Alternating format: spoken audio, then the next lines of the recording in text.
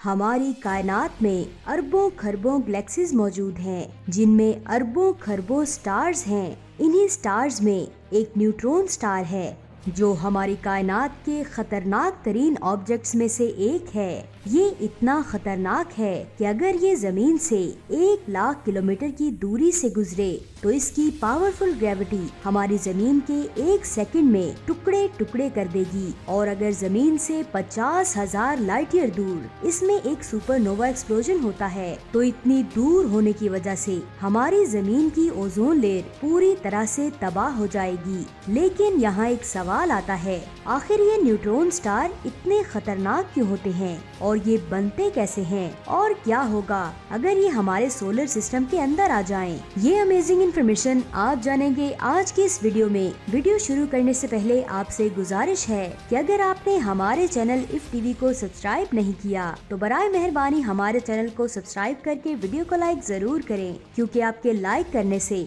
हमारा हौसला बढ़ता है। जब किसी स्टार में सुपरनोवा एक्सप्लोजन होता है तब ये न्यूट्रॉन स्टार्स बनते हैं। लेकिन किसी स्टार में सुपरनोवा एक्सप्लोजन होता कैसे है? हर स्टार में 2 फोर्सेस होती हैं, एक ग्रेविटेशनल फोर्स और दूसरी रेडिएशनल फोर्स। जब इन दोनों फोर्सेस में से किसी एक फोर्स का बैलेंस कम या ज्यादा होता है तो इस स्टार में सुपरनोवा एक्सप्लोजन हो जाता है। लेकिन यहाँ एक सवाल आता है, आखिर इन फोर्सेस का बैलेंस डिस्टर्ब कैसे होता है?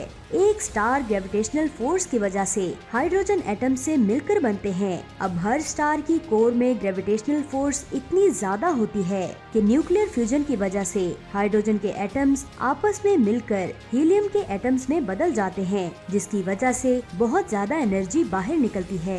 ये एनर्जी असल में रेडिएशंस होती हैं, जिसकी वजह से हमारा सूरज या कोई भी स्टार जलता है। अगर स्टार बहुत बड़ा है तो यहाँ हीलियम के एटम्स का फ्यूजन कार्बन में होता है, कार्बन का फ्यूजन नियोन में, नियोन का ऑक्सीजन में, ऑक्सीजन का सिलिकॉन में और सिलिकॉन का फ्यूजन आयरन में होता है। उसके बाद आयरन का न्यूक्लियर फ्यूजन आगे नहीं हो पाता, यानी आयरन के एटम्स आगे एनर्जी खारिज नहीं कर पाते, जिसकी वजह से एक स्टार की कोर में लोहे की मिकदार बहुत ज्यादा बढ़ जाती है, जिससे ग्रेविटी और रेडिएशन का बैलेंस बिगड़ जाता है। इसके बाद ग्रेविटी इतनी ज्यादा हो जाती है जिसकी वजह से रेडिएशन फोर्स बहुत कम होने लगती है और ये रेडिएशन फोर्स ग्रेविटी की फोर्स को नहीं संभाल पाती, जिसकी वजह से इस स्टार में एक सुपरनोवा एक्सप्लोजन होता है, जिसकी वजह से न्यूट्रॉन स्टार्स बनते हैं। इसका रेडियस करीब 10 किलोमीटर तक होता है, लेकिन इसका मैस हमारे सूरज से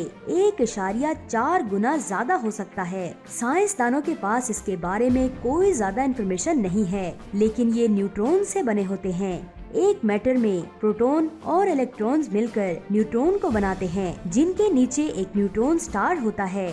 जब ये एक न्यूट्रॉन स्टार बन जाता है तो ये बहुत कम हीट को जनरेट करता है और वक्त के साथ साथ ठंडा भी हो जाता है, जिसकी वजह से इन स्टार्स को आसानी से नहीं देखा जा सकता। लेकिन जिन न्यूट्रॉन स्टार्स को हम देख पाते हैं वो काफी ज्यादा गर्म और चमकदार होते हैं और उनकी सतह का टेम्परेचर 6 लाख डिग्री सेल्सियस होता है। और मैं आपको बता दूं कि हमारे सूरज की सतह का टेम्परेचर 5,700 डिग्री सेल्सियस है। आप ये जानकर बहुत ज्यादा हैरान होंगे कि इसकी ग्रेविटेशनल फोर्स हमारी जमीन से 200 बिलियन गुना ज्यादा होती है। जी हाँ, आपने सही सुना, 200 बिलियन गुना ज्यादा। लेकिन जरा सोचिए, अगर ये न्यूट्रॉन स्टार्स हमारे सोलर सिस्टम में आ जाएं तो क्या होगा? जैसा कि मैंने आपको बताया कि एक न्यूट्रॉन स्टार की ग्रेविटी हमारी जमीन से 200 बिलियन गुना ज्यादा होती है, तो ये अपनी पावरफुल ग्रेविटी की वजह से हमारे सोलर सिस्टम में मौजूद तमाम प्लैनेट्स के ऑर्बिट को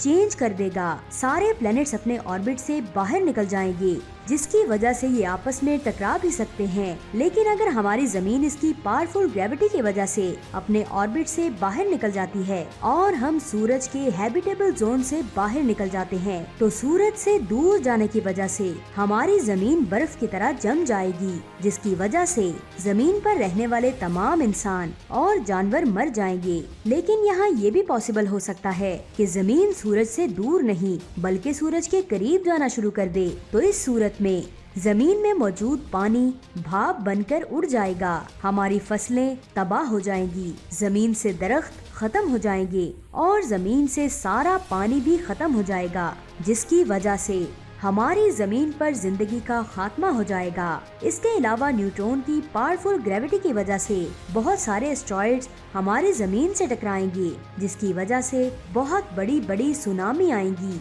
और जमीन पर जगह जगह वोल्केनोस फटेंगे, जिसकी वजह से हमारा जमीन पर रहना बहुत ही मुश्किल हो जाएगा। इसकी ग्रेविटी इतनी ज्यादा पावरफुल है कि अगर ये हमारी जमीन से 10,000 किलोमीटर से भी गुजरेगा तो ये हमारी जमीन को एक प्लेट की तरह प्लेन कर देगा। इसके 10,000 किलोमीटर के रेडियस में आने वाली कोई भी चीज का स्पेक्टिफिकेशन हो जाता है, यानी कि वो चीज इलास्टिक की तरह लगातार स्ट्रेच होती जाती है।